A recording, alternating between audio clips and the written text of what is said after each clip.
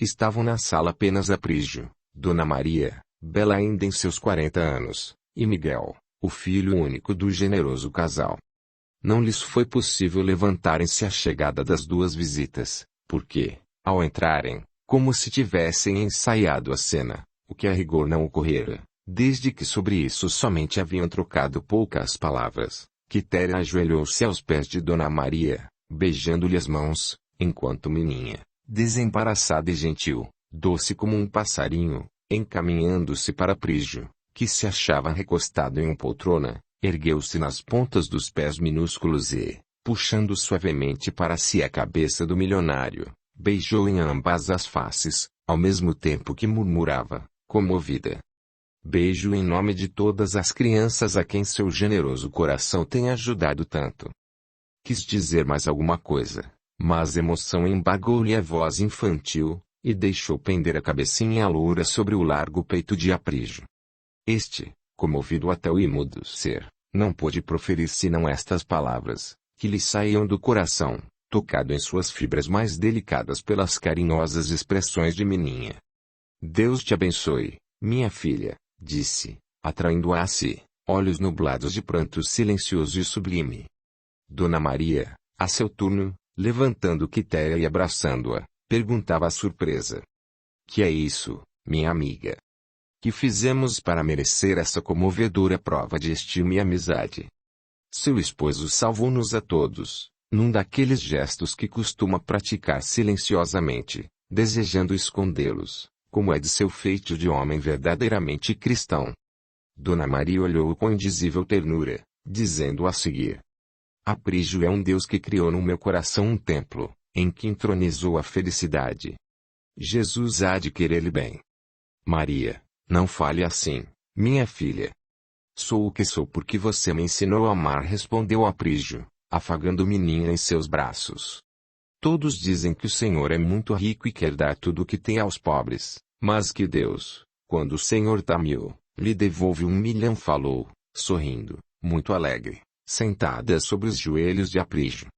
"E verdade? Que liberdades são essas, Mininha?" interveio Quitéria, suavemente irrepreensiva.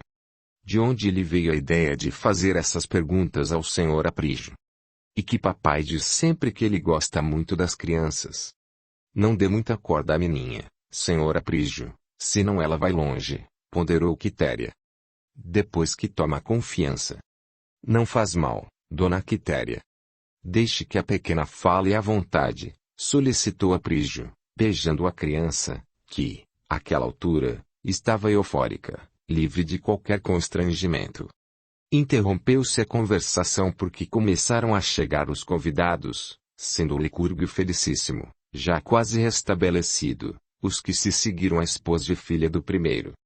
Em pouco tempo, o palacete de Aprígio não comportava mais as visitas, espalhando-se estas pelos jardins e adjacências, onde se formavam, aqui e ali, pequenos grupos, em animada palestra, entremeada de risos sadios e espontâneos. Spoleto simpatizara com o tenente Pompeu, que se apresentara bem vestido, quase com exagero, com um cravo vermelho na lapela, como sempre. "O senhor, tenente", gracejava Spoleto, um homem que não conhece idade. "Sou eterno." "Realizou-se na vida?" inquiriu, afoito, Spoleto. "Espiritualmente, a realização é obra da eternidade. Sob o ponto de vista social, ou humano, digamos, considero-me realizado, pois sou um espírito modesto e, como tal, me contento com o pouco ou quase nada que fiz e que sou. E o senhor, amigo Spoleto?" "Respondo com o último terceto de um soneto de pé quebrado que testei há M. dias, quando descobri que amo e desejo uma bela mulher." Pompeu fitou-o, com estranheza, e acudiu: "Que terceto é esse? E o último do tal soneto?" "Quando amamos nesta idade, a gente se torna poeta." "Eu não perpetro a poesia, senhor Spoleto." "E que não está amando?" "Se estivesse, ia ver como versejaria, como qualquer rapaz de 20 anos. Na mocidade, o soneto é uma fatalidade amorosa." "E o célebre terceto?" "Aí vai. Saudade do que quis fazer, Inveja do que deixei de ser, mágoa de tudo que julguei passar. Que tal? Indagou, ao terminar. Meio filosófico, Sr. Spoleto, respondeu, sorrindo. Quando, em nossa idade, acresceu Pompeu, nos apaixonamos, vamos até o ridículo, meu amigo, lá isso é verdade. E ainda bem quando nos sobra um pouco de senso. Porque, do contrário, poderemos chegar ao crime. E o meu caso, tenente, revidou Spoleto, nervoso, inquieto, a olhar para os lados, como quem procura alguém. Depois de alguns instantes, meio confidente, aproximando-se mais de seu interlocutor, segredou-lhe. Conhece Consuelo, tenente? Sim. Um anjo. Apaixonei-me por esse anjo, e quero-o para mim. Tenho pena do senhor. Pena? Qual a razão? Conhece o senhor a impossibilidade absoluta de seu querer? Não me venha dizer que julgou tão mal essa menina a ponto de pensar numa aproximação amorosa com ela. Pois pendei, tenente, e digo com ênfase. Ela será minha ou de mais ninguém. Então, o senhor está louco, respondeu, categoricamente. Outros já me disseram a mesma coisa, mas não estou ligando a isso. Estou vivendo para um ideal de beleza, comentou, olhando para longe, fitando o céu. Que importa que os outros, como o senhor, tenente Pompeu, não alimentem qualquer ideal em suas vidas. O oficial ficou de ânimo suspenso. A revelação era alarmante. Estava diante de uma criatura louca, às vésperas do crime. Spoleto, desgraçadamente, fora longe demais, alimentando aquela paixão infeliz. Urgia a fazer alguma coisa por ele. Eis, porém, que surgiu, mais além, pelo braço de Sérgio, a doce e espiritual figura de Consuelo. O destino está a zombar de Spoleto, falou para si, mentalmente, o tenente. O chefe da contabilidade empertigou-se, ostentando suas maneiras autoritárias e, insolentemente, acompanhou a moça com o olhar, até perdê-la de vista. Que soberba mulher, meu amigo, exclamou, sorrindo. Não digo soberba mulher, Sr. Spoleto, porque prefiro afirmar. Que lindo espírito. Tolices, tenente. O que vale mesmo na terra é a carne, pois quem nasce da carne é carne e na carne todos somos obrigados a viver. Pompeu fitou seriamente o interlocutor, retocou o nó da gravata, passou os olhos pelo cravo vermelho da lapela de seu casaco e, cuidando do vinco das calças, contestou. O senhor está encarecendo ou barateando o preço da carne?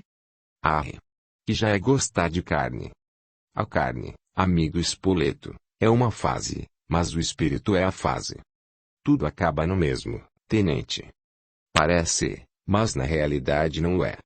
O senhor mergulhou demasiadamente na viciação mental, e agora não pode libertar-se dessa paixão que o esmaga e ensigue-se. Quanto mais pensa em Consuelo, mais farta é a alimentação que o amigo ministra à sua mente. É assim que começam certas formas de psicoses.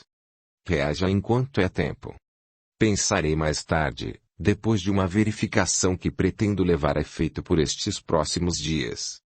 Mas, falou Pompeu, dando o braço ao amigo, e encaminhando-se com ele para a sala destinada aos trabalhos daquela noite, vamos tomar parte nos serviços a que fomos convidados.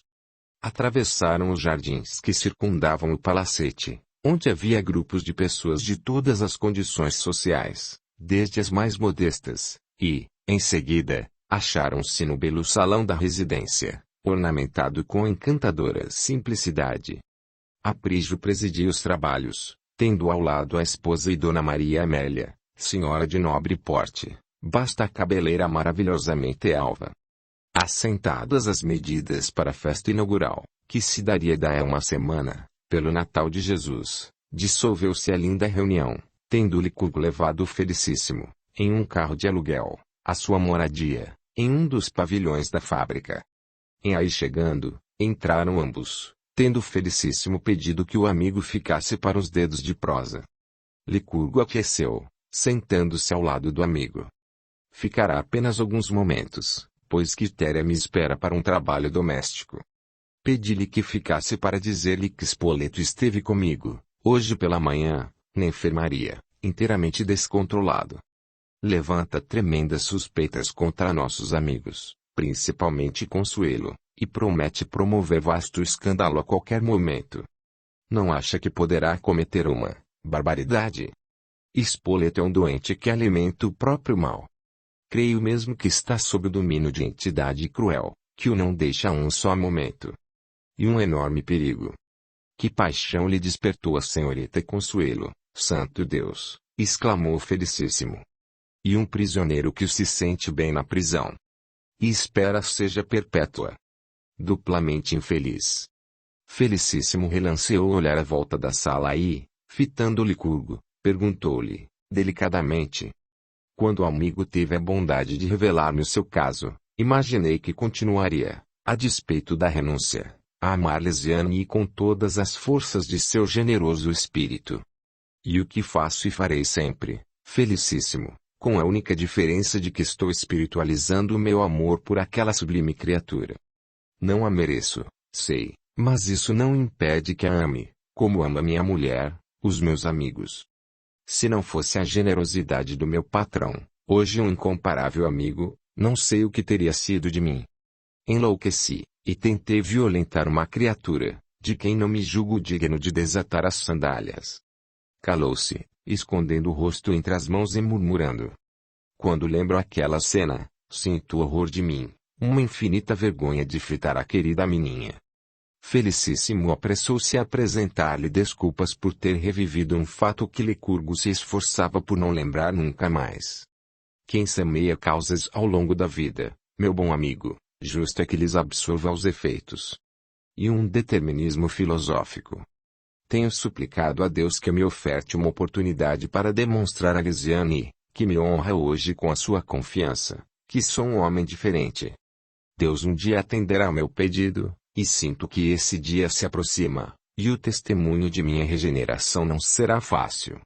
Palestrou mais um pouco com o Felicíssimo e, ao sair, lançou distraidamente um golpe de vista para o mais afastado ângulo da sala, e viu, quase descoberto, sobre uma tábua, alçada a cerca de meio metro de altura, um bloco de barro constante de 3 cabeças, assentado em uma base de regular tamanho. Esculturando, Felicíssimo. Dá para se ver? Perguntou, detendo-se na mesma posição. Felicíssimo, acanhadíssimo, como quem é surpreendido ao praticar um ato reprovável, gaguejou a princípio, mas depois falou desembaraçado. Não vale a pena perder tempo com aquilo, meu amigo. Não perca mais um minuto do prazer de estar, daqui a pouco, com Dona Quitéria e filhos. Quitéria é uma santa criatura e me compreenderá se chegar com atraso de alguns minutos. Vamos ver isso de perto, seu Miguel Ângelo.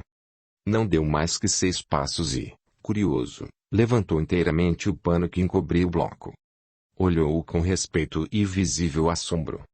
Quase pronto o trabalho do obscuro escultor, em seus últimos retoques, na beleza das linhas, na suavidade, convincente dos contornos, as cabeças, magistralmente trabalhadas, de Aprígio, Dona Maria e Miguel. A semelhança era indiscutível e, saindo das mãos semi-aleijadas de Felicíssimo, era verdadeira obra de arte. A cabeça nobre e meio alevantada de Aprígio. A doçura do olhar e a expressão meiga e acalentadora de Dona Maria. A altivez serena mas espiritualmente galanteadora de Miguel, somavam, na modelação do barro, sob suas vistas estupefatas, a família mais feliz do Rio de Janeiro. Em que escola você estudou, Felicíssimo? Não lhe disse que fazia minhas dobradiças e bonecos para vender e com o produto do meu mercado me sustentar? Na escola das necessidades esmagadoras da alma. Porque eles e não Consuelo, o sonho de todo um rosário de reencarnações dolorosas. A linguagem da gratidão, por vezes, meu bom amigo, tem uma força descomunal, a que nenhuma outra se compara. A gratidão a Deus, que me deu a legião do corpo para lembrar-me perenemente, nesta existência, de uma felicidade oculta, das misérias de uma alma que um dia gravitará para ele, não será um motivo bastante para o ser buscar no arsenal das vidas que passaram alguma coisa que sobrou do naufrágio e manifestá-la ao mundo exterior, através da música, da pintura, da escultura, do saber e da bondade. Quem fez por mim mais que a família desse homem excepcional por suas virtudes e por seu amor? Depois dele, só você, meu amigo, que nunca se envergonhou de mim, abrindo-me mesmo as portas do coração para que lhe surpreendesse as riquezas imensas que lá estão adormecidas. Licurgo deu mais alguns passos e, surpreendendo o amigo, ergueu-o em seus braços possantes, abraçou-o e disse, entusiasmado: a gratidão, em verdade, é uma força poderosa, e manifestá-la, como o vai fazer, é um movimento de coração que não tem as almas paralíticas. Obrigado, Licurgo, meu nobre amigo, agradeceu Felicíssimo, desvencilhando-se, delicadamente, dos braços do companheiro de trabalho. Você quem mais coragem me proporciona para vencer a prova cruenta que escolhi. Um dia, e olhou a noite estrelada, talvez Jesus me permita aproximar-me dela. Esforçou-se para não chorar diante do amigo, revelando o intenso amor que ainda cada vez mais nutria por Consuelo.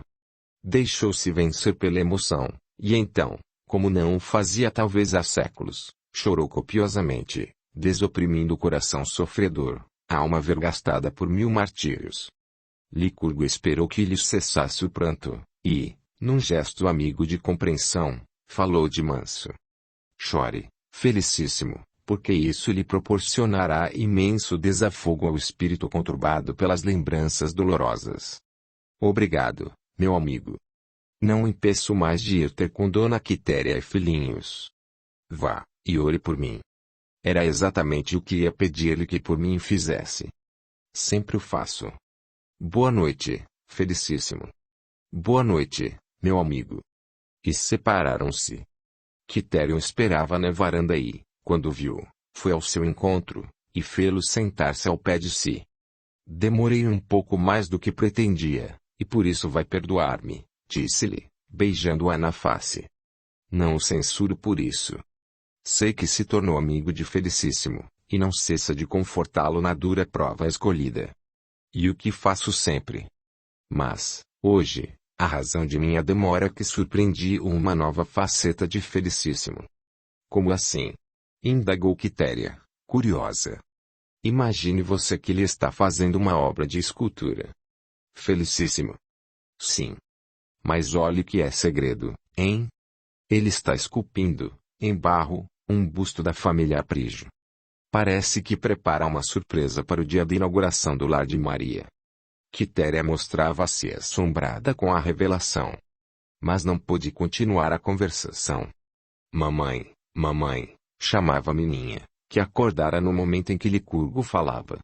Venha cá, minha filha, chamou Quitéria, levantando-se e indo a seu encontro. Venha, querida, venha. Estávamos conversando um pouco. Que é que houve? Estava sonhando com o seu Aprígio. E tão grande sua amizade pelo senhor Aprígio, que chega a sonhar com ele, menina. Inquiriu Licurgo, sorrindo e afagando-lhe a cabecinha loura, de cabelos abundantes. Desde que o conheci, não pude mais esquecê-lo, paizinho. Por quê? Quando visitamos a sua casa, ele sentou-me em seus joelhos, passou suas mãos muito grandes pela minha cabeça, beijou-me, e quase colando sua boca em meu ouvido, disse bem baixinho: gosta de seu pai? Muito, fiou louquinha por ele, respondi.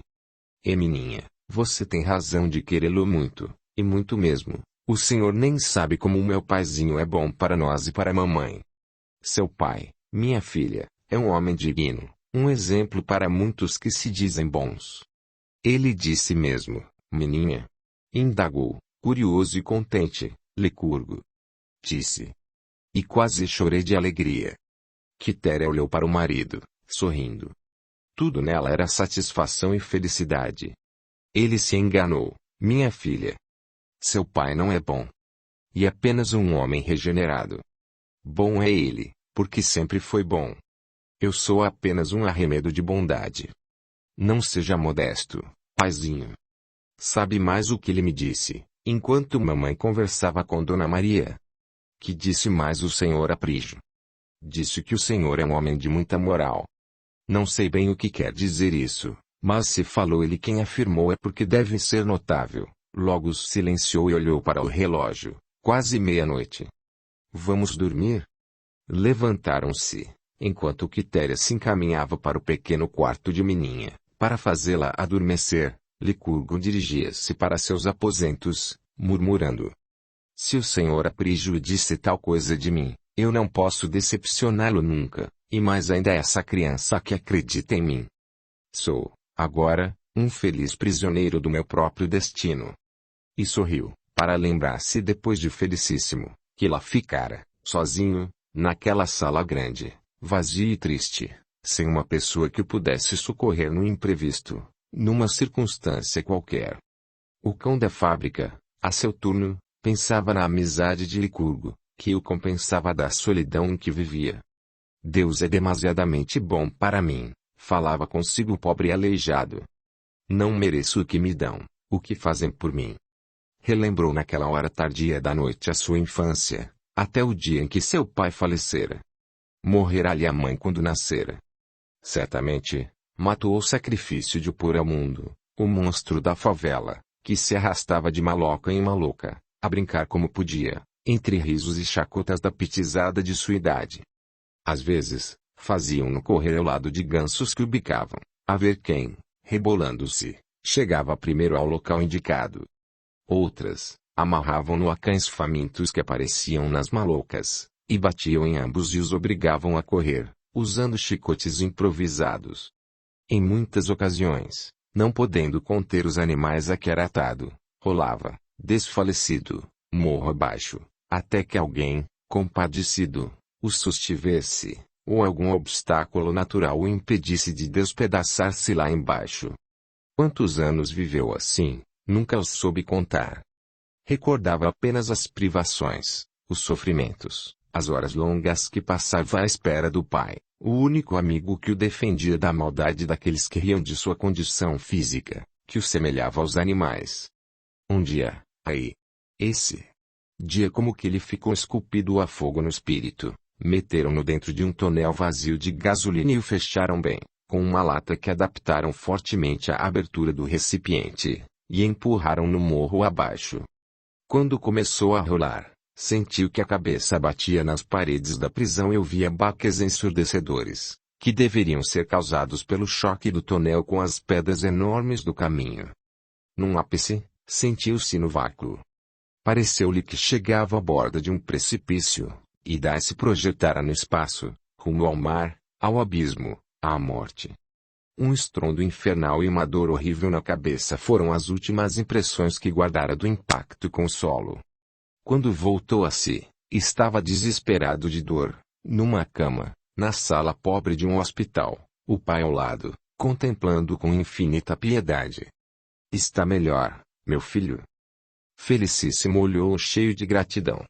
Ainda havia no mundo um ser que se interessava por sua vida. Quis estender a mão, num gesto de quem queria sentir o calor da vida, o palpitar da realidade. Não pôde. Estava todo engessado. Só um cérebro funcionava, dorido, anuviado, nebuloso. Respondeu à pergunta com um olhar de reconhecimento e de amor. Quantos dias, pai? Quase uma semana, meu filho. Deus não o quis levar. Compreenda a sua vontade e rogue forças para prosseguir no caminho. Paulo de Tarso não foi poupado, senão para recuperar-se, trabalhando, servindo e sofrendo. Compreendera a lição e sorriu para ele. Foi uma brincadeira dos meninos, paizinho. E ainda os desculpa. Você sempre me ensinou a perdoar. Que Deus o abençoe.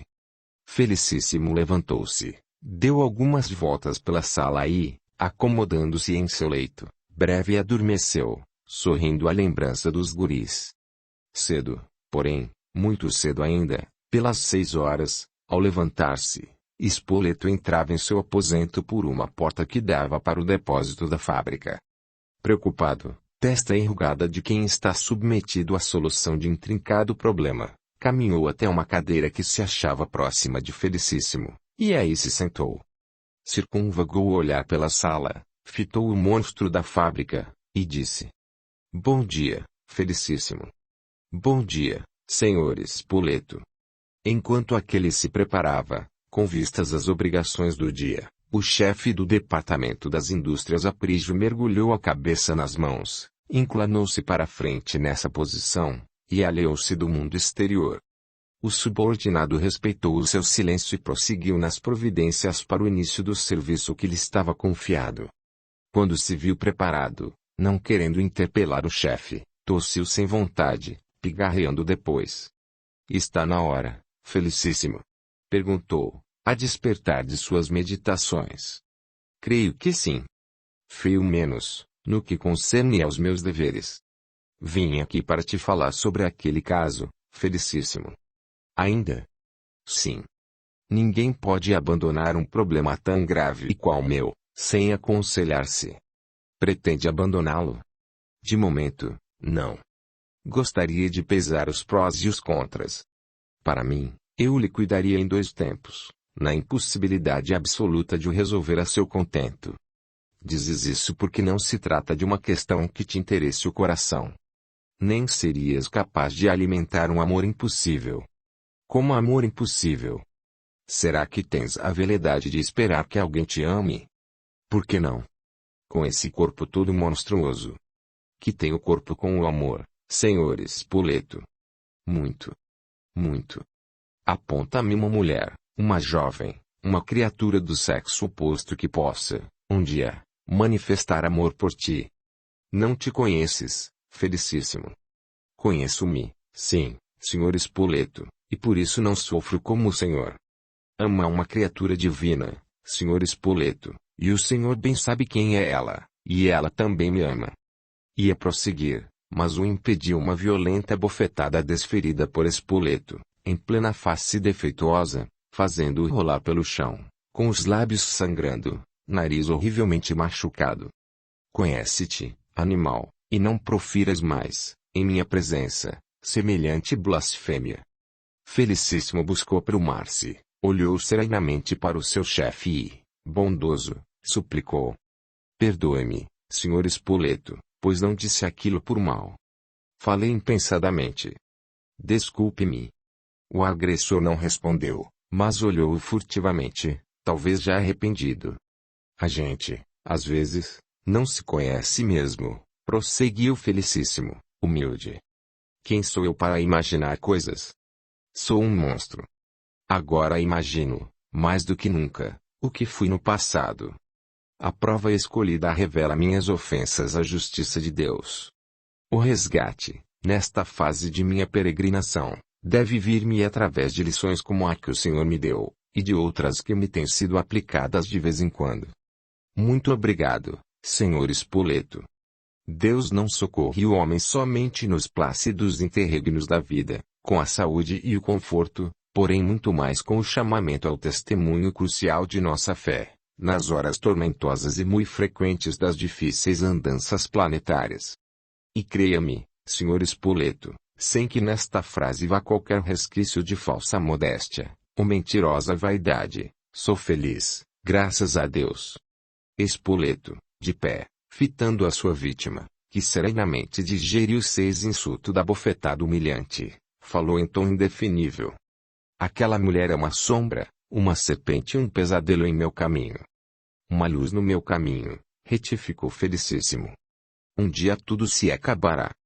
Rolaremos para o mistério insondável do nada. Ela se arrependerá de não me ter amado. E o Senhor de tê-la amado assim. Um monstro como tu pode contentar-se com um sorriso, ou uma migalha de atenção, desde que, tal qual és, tuas ambições, na esfera do amor, têm os limites traçados pela própria deformidade física. Um homem como eu não quer nem deseja o platonismo de uma afeição que se satisfaz com olhares vazios, frios, inexpressivos. E quando, nessa pauta, não atinge os objetivos? A violência é o argumento. A violência é a solução", repetiu. "Esta, aparentemente, pode resolver situações, mas, substancialmente, separa, torna impossível a objetivação do tentame, Senhor Spoleto."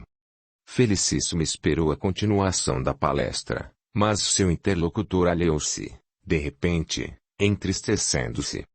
Súbito, dirigiu-se à sua vítima, humilde, quase chorando. "Faze alguma coisa por mim. Não chegou a completar o pensamento, ou o pedido, e, arrebatadamente, como se houvesse enlouquecido, abandonou, presto, o aposento, batendo com a porta, a saída. Pobre senhor Spoleto.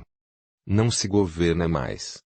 Aceitasse ele a amizade pura e sincera de Consuelo, talvez ainda se pudesse salvar. Quem sabe? Consuelo é um anjo. Ela o salvará.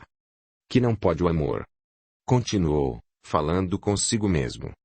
Os recursos espirituais movimentam o infinito. Uma prece que encaminhe a Deus, o infinito amor, na humildade e na pobreza de meu espírito, como bastas vezes o tenho feito, jamais fica sem resposta, como nunca deixou de alagar-me de amor a oração que lhe dirijo em minhas agonias. Fitou alto, já quase pronto para iniciar o trabalho do dia, e monologou. Ajudou-me quando meus amiguinhos me puseram dentro do tonel e o fizeram rolar favela abaixo, rumo ao abismo. Socorreu-me, quando assustei, com meu físico feio, a petizada que brincava no terreno baldio da fábrica.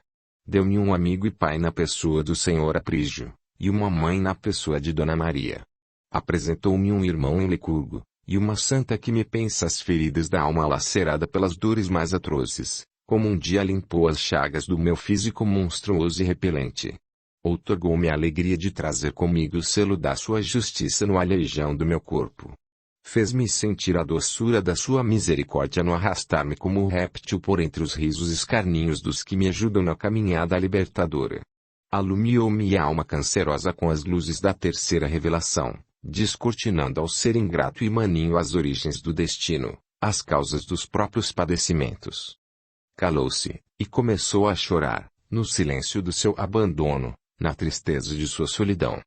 Encostado à parede, pernas atiradas para a frente, coladas ao piso úmido, bornal já dependurado ao pescoço, como estranha coleira, ergueu os braços, em mística atitude, levantou a fronte sem petulância nem assomos de vaidade, e falou de manso, numa voz estranhamento modulada, doce como o canto dos regatos ocultos na escuridão das selvas virgens, humilde como os acentos suaves da palavra de Madalena, nos caminhos de Jesus, olhar em que as lágrimas brilhavam como estrelas fugitivas de seus ignotos.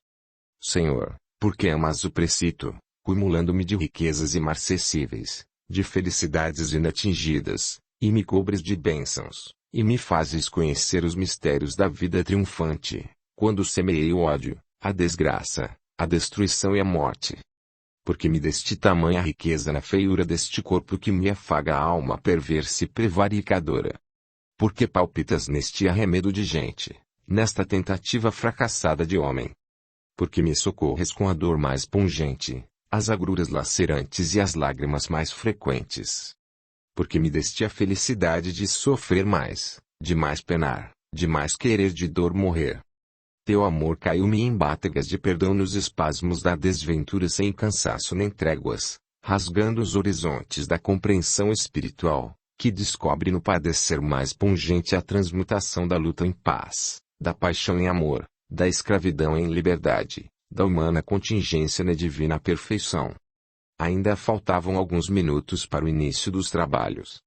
Felicíssimos aproveitou para dar uma vista de olhos em um modesto quadro que vinha executando em discreto ângulo do pavilhão do almoxarifado. Era um retrato ao óleo de Consuelo. Valeu-se, para fazê-lo, de uma pequena fotografia que trazia sempre dentro do bornal. Nunca fizera estudos de desenho, muito menos de pintura. Na escola que frequentara, no Morro, durante quase 6 anos, os colegas admiravam a facilidade com que desenhava, caricaturava, surpreendendo mesmo a incrível rapidez com que esboçava qualquer silhueta. Jamais perderam a oportunidade de fixar a doce figura de Consuelo em seu espírito, detendo-se nos mais insignificantes detalhes, de modo a trazê-la, com fidelidade, um dia, quando se sentisse apto, para uma tela, em tamanho natural. Consumiu muito tempo, de tentativa em tentativa, servindo-se de pequeno retrato, e dos traços suaves da criatura que vivia em sua mente, para encontrar-se depois em frente a uma tela em que Consuelo vivia, em meio corpo admirável, toda a beleza espiritual de sua alma adamantina. A boca, Os olhos serenos e meigos, a fronte, como que iluminada por maceios reflexos de sóis longínquos, na pureza da expressão, dentro da técnica mais castigada da pintura clássica. O sorriso, que transluzia um quê de divino amor. O busto, suave e formoso, em que se adivinhavam os mistérios sacrossantos da vida, tudo ressumbrava a arte mais pura, o senso estético mais apurado, e, sobretudo, destacava-se aquela luz espiritual que se não via, mas que se percebia no conjunto do trabalho prodigioso, como se o artista tivesse, num arroubo de genialidade, pintado com um pincel de estrelas a alma santificada de dor sem fim. Era um portento. Descerrando a cortina de cetim rosa, felicíssimo, com inaudito sacrifício, assentou-se em uma cadeira em plano distante da tela, e contemplou, embevecido, o seu trabalho. E Consuelo, murmurou, extasiado. Depois de um tempo que nunca pôde calcular, desceu cautelosamente, arrastou-se até o pé do retrato, colocado em alto cavalete. Em aí chegando, postou-se em posição equivalente à de quem se ajoelha. Elevou as mãos para o alto, em atitude de quem ora, e murmurou, quase num cício. Consuelo, anjo que Deus permitiu baixasse à terra, para nos ensinar a sofrer, ajudar e amar, perdoa tenha eu pensado em ti, as ocultas, como réprobo aos pés da Virgem Maria, arrastando-te até a miséria da minha presença, portanto te amar, sem poder te amar. Meus pensamentos, porém, jamais macularam sequer a poeira dos caminhos da arte por onde viajei contigo, na solidão do meu espírito, no abandono do meu viver. Andei contigo, neste quadro, com espírito de rastro, com tanta maior vergonha de mim quanto mais tua nobreza tomava divinamente luminosas as tintas que nele deixei ficar com pedaços do meu coração. Não quero, prosseguiu, chorando de mansinho, choro que o tornava mais hediondo e grotesco, ao mesmo tempo que lhe dava um não sei que inspiraria a quem o visse, naquela postura, uma piedosa admiração, a felicidade do dinheiro, do corpo esbelto sem alma para sentir os frêmitos da vida triunfante. Da posição que leva o homem mas de enferruja o caráter. O poder que impõe autoridade e respeito e nem sempre dá a quem o exerce a paz do coração e a tranquilidade da consciência. Se Deus consentisse ao monstro que te fala na calada desta sala, que nunca foi deserta porque nela estás sempre na tortura do meu pensamento criador, eu lhe pediria, a troco de todos os martírios, a felicidade de ver-te sempre, ainda que de longe, da escuridão do meu degredo, do abandono de todas as minhas desgraças, da distância dos séculos que nos separam. Quis continuar, mas não pôde. Os soluços sacudiam-lhe o corpo disforme como a morte a vibrar no réptil que se sacode e avança, coleante, fugindo à dor que o avisa do fim. Ao fim, conteve-se. Limpou serenamente as lágrimas, e a custo levantou-se, tomando a posição costumeira. Correu a cortina sobre a tela, e murmurou tomado de incontida crise de melancolia. Dentro de mais alguns dias, Consuelo, pensou mais do que mesmo falou, não te verei mais. Sérgio, o eleito do teu coração, ausentar-te-á de mim, e viverás com ele o sonho luminoso de um noivado espiritual, de um matrimônio que não conhecerá senão o compromisso espiritual de ajudar e servir, como irmãos nascidos do mesmo divino sopro das esferas felizes. Não sei se adivinharás, coberto pelo óleo e as cores de teu retrato, esse amor mais forte que o destino, mais belo que os céus estrelados, límpidos e serenos, mais santo que a consciência dos anjos, eterno como a vida, sublime como um pensamento de Deus. Mais puro que um coração de mãe, infinito como Deus, porque nele mergulham as raízes espirituais das longas caminhadas pelos sendeiros da eternidade. Esse amor, que, retalhando-me as carnes, desviando o rumo das células, martirizando-me na feiura inconcebível do meu indumento físico, rasga no infinito, dentro da imortalidade, o rumo da ascensão do meu espírito, em busca de Deus, que me concedeu o prêmio do martírio mais cruel, por me amar até o sacrifício de ter dado ao mundo, em holocausto aos nossos pecados, o divino Cordeiro, Jesus, cujo amor é uma hóstia de luz alumiando a escuridão de nossos passos e a tenebrosa estrada de nossa ingratidão. Silenciou, para recomeçar. Não te esqueças do monstro. E uma alma miserável em busca da reabilitação. Guardo no fundo do ser a doce lembrança de quando me socorreste. Como imaginar que um dia terias a delicadeza de tocar minha face cheia de sangue e lágrimas? Tocar-me seria arriscar-te ao veneno do réptil repelente. Tuas mãos misericordiosas curaram minhas chagas abertas pelos calhaus que a criançada inocente me jogou, como curaram o corpo paralítico de Miguel. Na impossibilidade de retirar a tela do cavalete, temendo um acidente que inutilizasse o trabalho que lhe custara longos dias de sofrimento e martírio, começou a empurrá-lo cautelosamente, até que ficasse bem oculto num ângulo do recinto. Feito isso, voltou para a entrada do pavilhão. Olhou para o pátio, rememorou a cena de seu apedrejamento, a solicitude de Consuelo, pensando-lhe as feridas sangrentas. Retirou do bornal um pequeno espelho de bordos de alumínio e trouxe-o à altura do rosto. Sorriu amargamente. De fato, era um monstro. Certamente, um gênio mau, um gnomo de perversidade requintada a arrancar ali, ainda no berço, pedaços da pele do rosto, rasgando estrias que se interceptavam, fundas, em ambas as faces, algumas delas subindo a testa, onde se alagavam, descendo as orelhas, cavadas, meio roxas, meio brilhantes. A cabeça disforme, coberta de cabelos duros, rebeldes ao pente, à escova e aos cosméticos, que teimavam em permanecer erectos, foscos, quebradiços. A cabeça, que tinha forma de um cone invertido, apresentava reentrâncias aqui e ali, como se tivesse sido esculpida a forma por um artista louco. Assentada sobre um pescoço fino, bem destacado, que por sua vez descansava num tórax monstruoso, dava a impressão de duas ambulas ligadas pelo mesmo gargalo, uma esquisita reprodução de estranha ampulheta viva. As mãos, cuja utilização era um imenso sacrifício para Felicíssimo, desde que o manuseio de qualquer objeto lhe causava pungente dor, como se guardasse consigo invisível queimadura que se avivava ao contato das coisas, eram da cor de roxo terra, como se tivessem sido carbonizadas. Os pés eram monstruosos, de tamanho descomunal. Os sapatos tinham que ser feitos sob medida. As pernas eram curtas, tortas, roliças como se fossem cilindros de carne, de apenas músculos. Sua locomoção era um suplício. Mas ninguém jamais viu tristeza em seus olhos. De uma resignação impressionante, aceitava a prova, dizia repetidamente, como um prêmio e uma distinção. Tenho notas 100, que a vida me conferiu, comentava, grave, quando oportuno. Recolheu o espelho ao bornal e falou suavemente. Depois de manhã é o Natal de Jesus.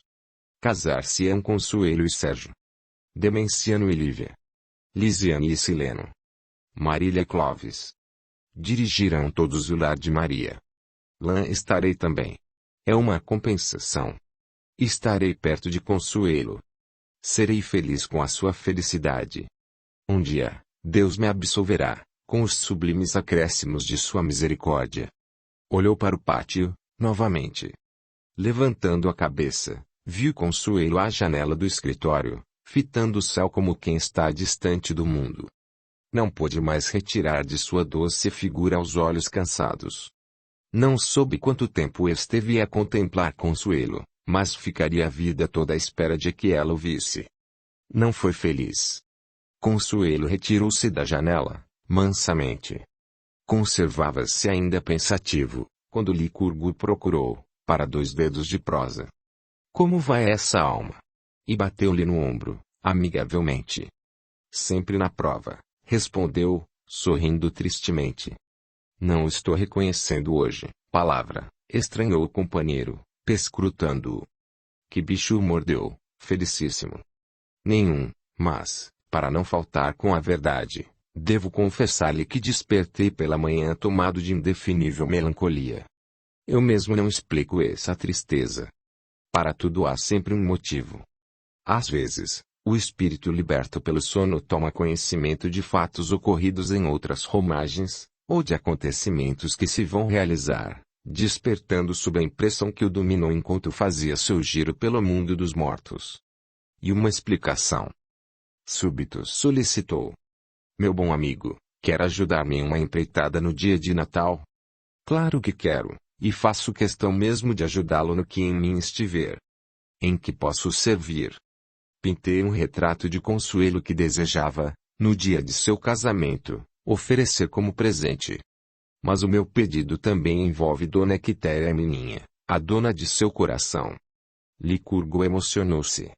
A referência à filhinha bem-amada tocou-lhe fundo a alma. Minha família e eu estamos ao seu dispor, felicíssimo. Ordene o que o deseja de nós. Obrigado, meu amigo.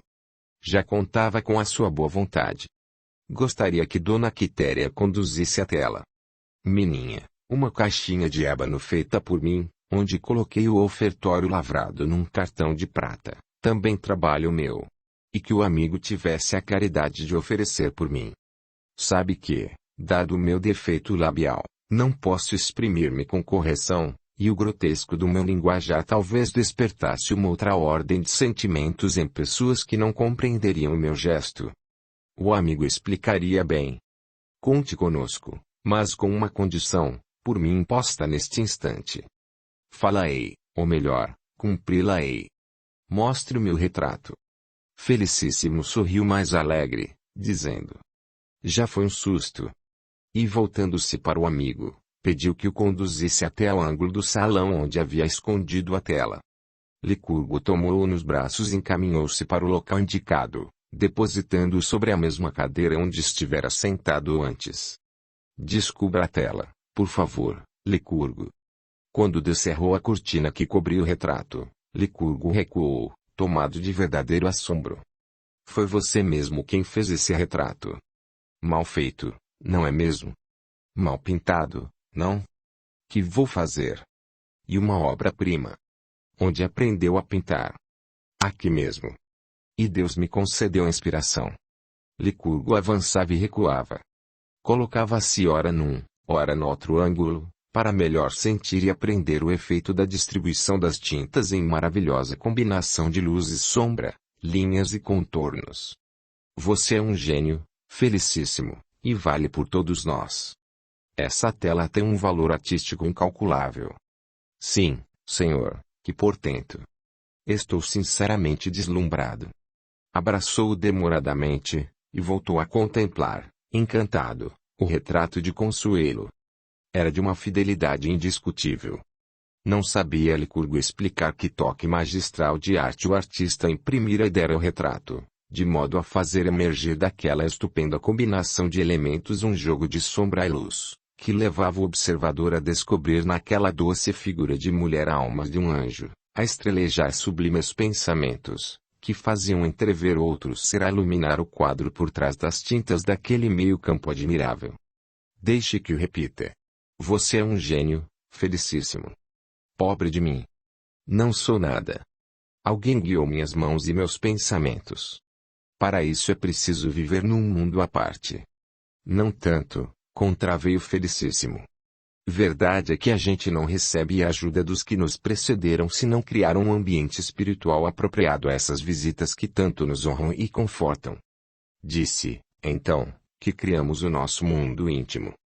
E é neste que se processam os trabalhos que precedem as grandes descobertas e as invenções maravilhosas. O psicógrafo, por exemplo, prepara a sua casa para receber as visitas. Põe a mesa, escolhe os instrumentos para a refeição, acende as luzes, dispõe os móveis a preceito, e aguarda a ordem de atacar as iguarias. Sentiu alguém com você durante os trabalhos que resultaram nessa obra extraordinária? Enquanto pensava na realização do quadro, enquanto arquitetava o que devia fazer com os meus rudimentares conhecimentos de desenho e de pintura, nunca senti qualquer influência estranha que me chamasse a atenção, ou que me tocasse o espírito. Mas, depois...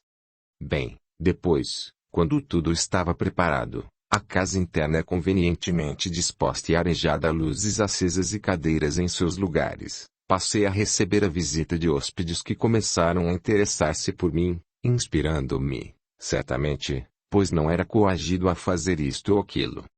Era um homem livre, gozando do privilégio de conduzir-me à vontade. Eles sabem respeitar a nossa liberdade de escolha. Somos livres, Por isso responsáveis, comentou Licurgo. Correu a cortina sobre o quadro, não sem ter dado antes mais uma vista de olhos no retrato, e despediu-se. Estou dispensado hoje do serviço. O senhor Aprígio incumbiu-me de providenciar umas tantas coisas para o lar de Maria, cuja inauguração está à vista. Entretanto, esquecia de perguntar-lhe uma coisa. E o bloco da família de nosso benfeitor? Vai ser entregue também na mesma hora. Clovis encarregou-se de levá-lo para o gabinete de trabalho do senhor Aprígio, no primeiro andar, e escondê-lo atrás de um móvel. Na oportunidade, colocá-lo à direita de sua mesa de trabalho, em lugar já escolhido por nós. Muito bem, Felicíssimo, você será o homem das surpresas, no dia da festa. Sabe se já foi marcada a hora dos casamentos? Sim. Às 17 horas, no lar de Maria, no salão destinado aos trabalhos espirituais. Poderá levar-me. Mas não é na oportunidade que irá oferecer a tela? Sendo assim, desde que nos convidou para acompanhá-lo, o que combinamos permanece. Gostaria que fosse logo após a cerimônia. E o momento psicológico, respondeu Licurgo, sorrindo e despedindo-se. Sei que foi convidado para ser o paraninfo civil de Lisiane, disse Felicíssimo, interrompendo a saída de Licurgo. O casal. Quitéria e eu. E uma distinção. Se ainda fosse um ser abjeto como fui até ontem, sinceramente, tomaria o convite por uma humilhação. Mas, anjos como Lisiane não humilham, exaltam. Por isso, sou feliz em vê-la concretizar, entre nós, um sonho sublime que acalenta, com certeza, há milênios. Só tenho motivos para ser feliz também, não acha você? Licurgo, meu amigo, como ama aquela criatura. Tanto quanto você ama. Não diga. Você é um ser humano. E eu? Um gênio que, num gesto de serena humildade, dominou o destino, o seu próprio destino. E dirigindo-lhe amistoso cumprimento, saiu apressado, pela porta lateral do almoxarifado, felicidade estampada na fisionomia simpática e tranquila. Felicíssimo acompanhou-o com olhar doce e bom, enquanto o teve no campo de sua vista, para murmurar depois. Dominar o destino. O próprio destino. Ai de quem o não fizer. Ai de mim se não me arriscasse a tamanho sacrifício.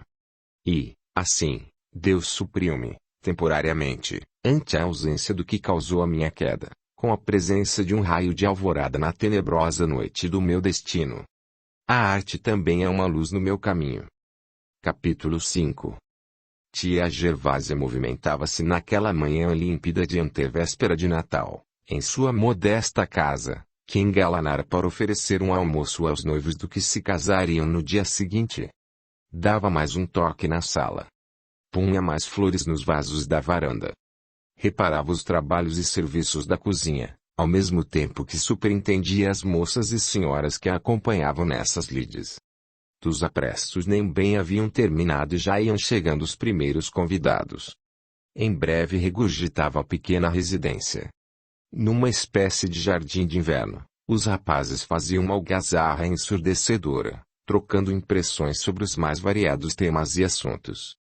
Numa saleta próxima, as moças riam e pilhariavam sob as vistas compassivas de Dona Maria Amélia, a senhora Aprígio, Dona Margarida, a proprietária da pensão em que residiam Consuelo, Lívia e Marília, e tia Gervásia. A um canto, Miguel, Demenciano, Sileno, Clovis, Licurgo e Sérgio palestravam com o tenente Pompeu, bem vestido, com indefectível cravo vermelho na lapela, e o major Gabriel, humilde, tímido e modestamente trajado. Marília, descobrindo os olhares furtivos do tenente na direção da peça em que se achavam, pilheriou. Tenho notado que o tenente Pompeu, de vez em quando, lança seus olhos discretamente para este lado. Qual será a moça de seu agrado? Quem sabe não procura tia Gervásia? Riu-se incontidamente. As outras acompanharam-na, e fitaram a pretendida. Pois minha filha, digo-te com franqueza que, se for comigo, está ele perdendo seu precioso tempo. Com a morte de meu Rogério, perdi o espírito militar. A seu turno, riu a valer, sacudindo-se toda, sem cerimônia. Com Pompeu não há perigo de guerra, tia Gervásia, retrucou Marília, pois ele é da reserva. Piorou para ele. Não gosto de conservas nem de enlatados. Quanto mais velhos, mais indigestos. Foi uma risada geral. Consuelo, que não estava acompanhando a palestra, ocupadíssima em colocar flores nos jarrões muito bonitos, saiu para o jardim, de tesoura na mão, encontrando em seu caminho o jovem Miguel. Flores para o casamento, minha amiga? Não. Para enfeitar a mesa. Quer que ajude? E uma satisfação. Venha dai. Encaminharam-se para um canteiro mais distante, onde havia muitas rosas. Não há rosas sem espinhos, gracejou Consuelo, levando o indicador esguio e rosado à boca, ferido na primeira roseira escolhida. Nem amor sem ciúmes, adiantou Miguel, delicadamente. Não concordo, contraveio Consuelo, suavemente. O amor não é egoísta nem pensa mal. Não foi Paulo quem o afirmou? Confesso minha ignorância no que se relaciona com a vida dos apóstolos. E ele afirma a expressão, será que tem razão? Sem dúvida. Tenho na conta de um maior apóstolo do cristianismo, até hoje. Sem Paulo de Tarso não seria tão rápida a propagação das verdades que Jesus nos legou, penso eu. E possível que esteja errada, mas sempre imaginei isso. O divino mestre conhecia a alma valorosa, leal e brava do jovem doutor, tanto quanto a sua inquebrantável energia, e, por isso, não demorou a convocá-lo ao serviço em plena estrada de Damasco, quando, esquecido dos compromissos que assumira, enveredara pelo caminho errado, desenvolvendo a mais tenaz campanha contra a doutrina nascente, com o mesmo vigor, arrojo e desassombro com que se ouve, depois, na difusão das verdades eternas. Tanto neste quanto naquele lado, Paulo foi, antes de tudo, um homem de exemplar honestidade e absoluta dignidade. Tinha ele qualquer compromisso com Jesus? Você disse que ele enveredara pelo caminho errado. Compromisso de honra, por isso afirmei que Paulo foi, antes de tudo, um exemplo de coragem, fé e dignidade. Explique-se, minha boa Consuelo. Penso que Paulo, antes de descer às lutas deste mundo, aquela época, viera com sua missão definida. Voluntarioso e bravo, sincero e honesto, educado num meio orgulhoso e fanático, onde lhe dispensavam honras e dignidades, na hora das definições embrenhou-se por veredas tortuosas, julgando que estava com a boa causa, com aquela para cuja defesa e propagação viera ao mundo. Qualquer espírito honesto poderia incorrer no mesmo equívoco. Durante a perseguição ao cristianismo, várias vezes foi ele convocado. Ora pela humildade de Estevão, que lhe devia falar ao espírito esclarecido. Ora, pela meiguice, pelo amor e pelos sofrimentos de Abigail, por sua própria enfermidade ou morte. Porém, a educação vertida em tão bravo espírito dera-lhe orientação religiosa diferente. Ele queria estar no bom caminho, desde que defendia a religião de seu povo, do povo eleito. Em o chamando ao testemunho e razão, aos compromissos livremente assumidos, Jesus tocou-lhe as fibras mais sensíveis do coração, naquele dia de sol abrasador, quando, em cumprimento aos seus impulsos íntimos, demandava Damasco, para fechar o cerco aos adeptos do cristianismo. Está satisfeito, meu amigo? Muito obrigado, Consuelo. E, suspirando significativamente. Aí, se a tivesse assim, sempre ao meu lado, seria o homem mais feliz do mundo. A felicidade não está ao meu lado, mas ao lado de Jesus, fazendo a vontade de nosso Pai que está no céu. Você sabe que, para mim, ela também está com aquele que viver a seu lado. Ninguém o impede de viver ao meu lado, trabalhando na seara, com Jesus. Somos a família de Deus, e Ele não deseja outra coisa que o vivermos uns para os outros, amando-o, porém, sobre todas as coisas. Compreendo. Concordou, ao fim, Miguel, meio constrangido. Daí por diante, não mais insistiu. Seria indelicadeza, mesmo inconveniência, manter a palestra naquela pauta. Sérgio era o eleito. Que realizassem o seu belo sonho. Que fossem felizes. Apanharam mais algumas flores, e na mais perfeita comunhão de entendimento, sorrindo e confiantes, voltaram ao interior da casa. Logo após, tia Gervásia convocava a todos ao almoço. Este transcorreu num ambiente da mais pura cordialidade. Licurgo ficara ao lado de Lisiane. Fora Marília quem arquitetara o plano, meio constrangido, meio abafado, limitou-se a manter discretamente a palestra da pragmática, falando também a Sileno, que o cumulava de gentilezas. A certa altura, perguntou-lhe Lisiane. Felicíssimo não aceitou nosso convite. Não sei se foi convidado. Consuelo pediu licença a tia Gervásia e mandou-lhe um convite pelo Clóvis. Creio, então, que ele deixou de comparecer porque... Você compreende. É natural. Compreendo, Licurgo, mas estávamos preparados para deixá-lo à vontade. Sabemos que desenha muito bem e já tínhamos um bom material para entretê-lo. E por falar em desenho, tenho uma surpresa para Consuelo. Em que consiste essa coisa surpreendente? Indagou, femininamente curiosa. Licurgo chegou um pouco mais para Lisiane e disse-lhe quase ao ouvido. Fez um retrato ao óleo de Consuelo que nenhum artista renomado se recusaria a assinar. É uma perfeição, Lise. Não o conhecia ainda por esse lado, disse, assombrada. E uma obra-prima, repito-lhe. Consuelo percebeu que os dois falavam a seu respeito. E teve intuição de que tudo girava em torno dela e de Felicíssimo. E inclinando-se um pouco para a frente, pois estava com Sérgio vis-à-vis de Licurgo, perguntou. Que doce mistério é esse, Licurgo? Licurgo sorriu, e, voltando-se para Lisiane, disse-lhe. Fale com Consuelo, Lise. O assunto, querida, envolve segredo profissional, por isso não pode ser revelado sem autorização do autor. Posso ao menos saber quem é o autor que se é coberta no sigilo profissional? Pode. E Felicíssimo, respondeu Lisiane, triunfante. Ah! Que fez ele? E tão importante que proibiu a sua divulgação? Proibir, propriamente, não. Pelo menos não autorizou fosse divulgado. Creio mesmo que eu é que tive a primazia de extasiar-me diante de um assombroso trabalho por ele executado, confessou Licurgo. Meus parabéns, Licurgo, falou Consuelo, cordialmente. Quer dizer que você é o confidente? Bem, Consuelo, ele me quer muito, tanto quanto estimo, e vai dar eu abrir-me o coração de vez em quando. E uma nobre alma, digo sem receio de afirmar uma inverdade. Sou também da sua opinião, Licurgo, declarou Consuelo, sinceramente. E um nobre espírito. Gosto de palestrar com ele, às vezes. E tímido demais. E de uma inspiração poderosa, e a sua palestra é colorida, por vezes vibrante e nervosa. E de uma fluência surpreendente. Disserta sobre espiritismo como poucos. E um espírito numa romagem dolorosa. E difícil. Tenho a impressão de que levará a bom termo o barco de sua prova redentora. De uma coragem inaudita, sofre sorrindo e servindo. Abençoa sempre os espinhos que o ferem, às vezes desapiedadamente. Alguém o incomodou de novo?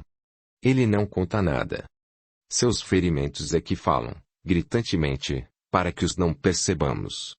Consuelo baixou um pouco a cabeça e uma nuvem de tristeza ensombrou-lhe o rosto delicado e formoso. Que sentiria essa alma luminosa pelo Quasimodo da fábrica? O mesmo amor que Jesus sentiu pelo pobre discípulo faltoso, porque só o amor apagará as almas e dos mundos o fogo do ódio, espancando as sombras do mal.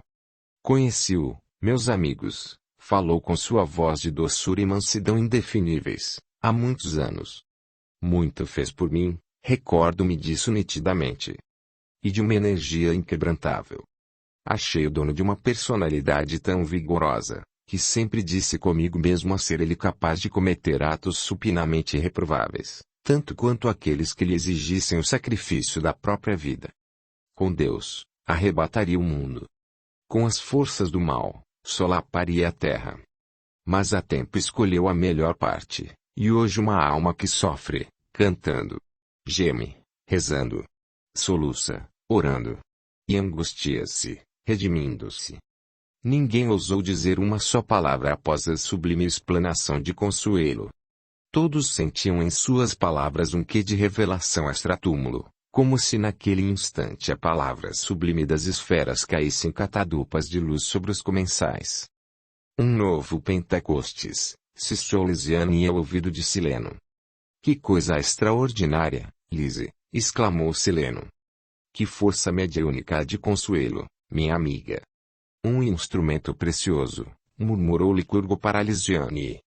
Você é uma deusa, Consuelo, disse Marília, meio irreverente, meio assustadiça, revelando a inconstância de seu espírito brincalhão.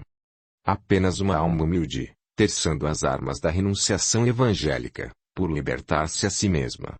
Sei que ele, em um bloco avantajado de barro, esculpiu 3 cabeças admiráveis, deixou escapar Marília. De quem? Interpelou o tenente Pompeu, arrumando o vinco das calças.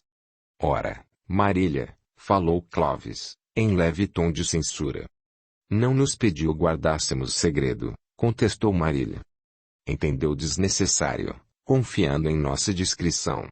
As cabeças da nobre família Aprígio. Oh, oh, exclamaram, surpresos, Dona Mani e Miguel. E que trabalho, meus senhores, aplaudiu Licurgo. Felicíssimo, sobre ser um pintor de raça, é também magnífico escultor. Já vi o bloco. É de uma fidelidade impressionante.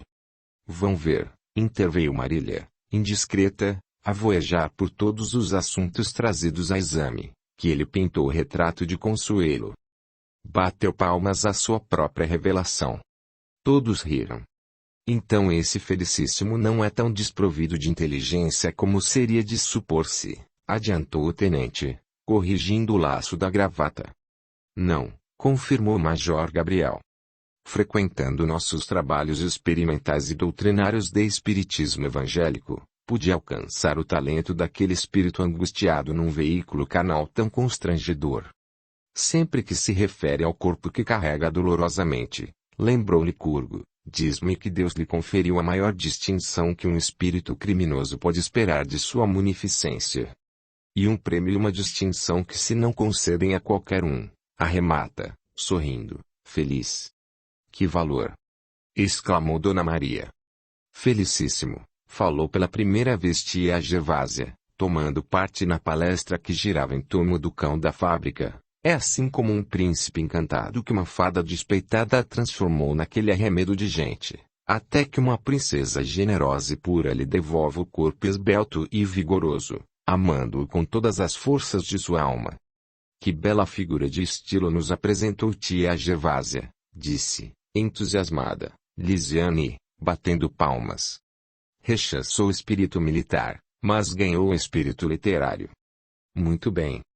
Bobinha, censurou, gentilmente, a tia, com frases assim, de semelhante feitio. Eu trazia, por vezes, de canto chorado o meu inesquecível Rogério, a quem Deus age em sua santa paz, sem a minha presença, por enquanto.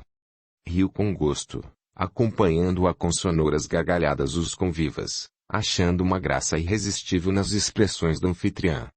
Dona Gervásia, comentou, sorridente, o tenente Pompeu, ajeitando a posição do cravo vermelho na lapela do casaco bem talhado, é um espírito brilhante, convenhamos, dona de um belo senso de humor. Sim, senhores. Olhem a galantaria do senhor tenente Pompeu, comentou, sarcástica, Marília. Cuidado, dona Gervásia. Todos riram, pois o ambiente era da mais espontânea cordialidade. Vamos rir, meus amigos, falou a anfitriã, pois o divino mestre não desdenhou os júbilos familiares, a graça alacre inocente, nas bodas de Caná. Não vacilou mesmo em pedir teto acolhedor em casa de Zaqueu. E frequentemente se entregava a doces conversações na residência da sogra de Pedro. O espírita deve ser uma criatura da sua época, ensinou-nos o grande missionário que foi Allan Kardec. O espiritismo não é doutrina de tristezas. Antes, pelo contrário, é uma religião de paz e de luz, de alegria e bondade. Desconfiança, medo e tristezas são incompatíveis com a religião que professamos. A vida devia ser assim, não acha, Tia Gervásia. Interveio Consuelo, sempre serena e doce. Sem desconfianças, sem medo, sem esse salve-se quem puder dos dias que estamos vivendo. Sim, minha filha, aqueceu Gervásia, comovida pela ajuda que lhe estava emprestando Consuelo. Estamos, nesta hora, sofrendo o esforço da retificação dos roteiros que nossas almas inauguraram há milênios. Quanto temos ainda que padecer para encaixarmos na moldura do amor o nosso pobre e miserável ser, transviado desde milênios. A vida, essa divina concessão, somente a dor nos integrará nela verdadeiramente, opinou Consuelo. Até hoje não nos foi possível compreendê-la. Vivemos-lhe na superfície, tateando, imprimindo-lhe a marca de nossa imperfeição, quando deveramos assinalá-la com o selo de nossa imortalidade, na vivência de uma compreensão mais dilatada e mais substancial, pois naquela em que nos movemos na atualidade somos irresistivelmente arrastados a descobrir-lhe valores negativos e mesmo subversivos, quando a vida, em si, é Deus, em última análise. Você, Consuelo, minha filha, disse-nos hoje, confessou Gervásia, coisas que ainda não ouviramos, senão em breves comentários proferidos em nossas sessões de espiritismo cristão em casa de nosso bondoso Major Gabriel. Assista-nos sempre com os seus conselhos e caridosas advertências. Não sou mais do que ninguém. Todos somos espíritos carecentes de socorro uns dos outros. Formada a comunidade, deve ela funcionar, como um perfeito organismo vivo, com Jesus. Não o afastemos nunca de nossas necessidades e de nossos anseios, nos colégios cristãos onde ele está sempre presente. Nas meditações de cada hora, nos transes difíceis da jornada, Jesus é o guia fiel e intemerato.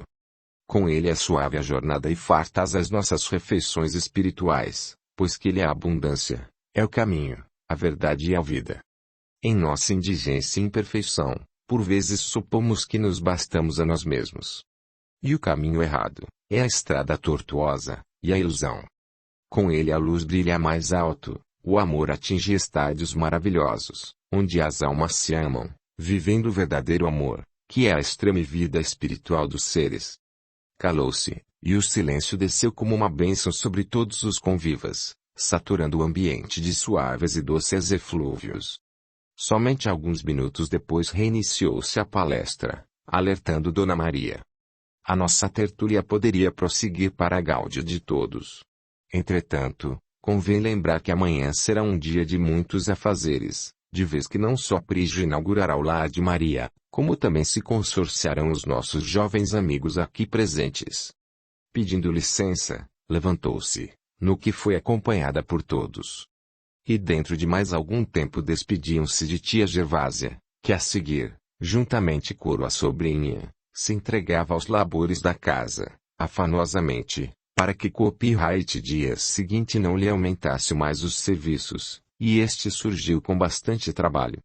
Pela manhã, organizaram-se todas as sessões do lar de Maria, que, aliás, já vinham sendo instaladas, e deram-se as últimas demãos no que se relacionava com móveis e utensílios. Era um belo edifício de 6 pavimentos, com capacidade para alojar quase 1000 pessoas. Tudo fora montado a capricho, desde as instalações da cozinha até os dormitórios amplos e arejados. Aí residiriam os casais Sérgio Consuelo, Sileno Lisiane, Clóvis Marília e Damenciano Lívia. Miguel seria o superintendente, cabendo ao seu fundador a responsabilidade da presidência. As senhoras ficariam sob a direção imediata de Dona Maria. Cada sessão contaria com um inspetor responsável pela ordem, asseio, disciplina, etc. Tudo fora previsto, até as mais insignificantes minúcias. Felicíssimo encarregar-se-ia de pequenos serviços compatíveis com as suas condições físicas. A direção dos trabalhos espirituais estava já feita ao Major Gabriel, que tinha o Tenente Pompeu como auxiliar imediato. Dona Maria, esposa de Aprígio, com a colaboração de Dona Maria Amélia, supervisionaria o roupeiro da criança.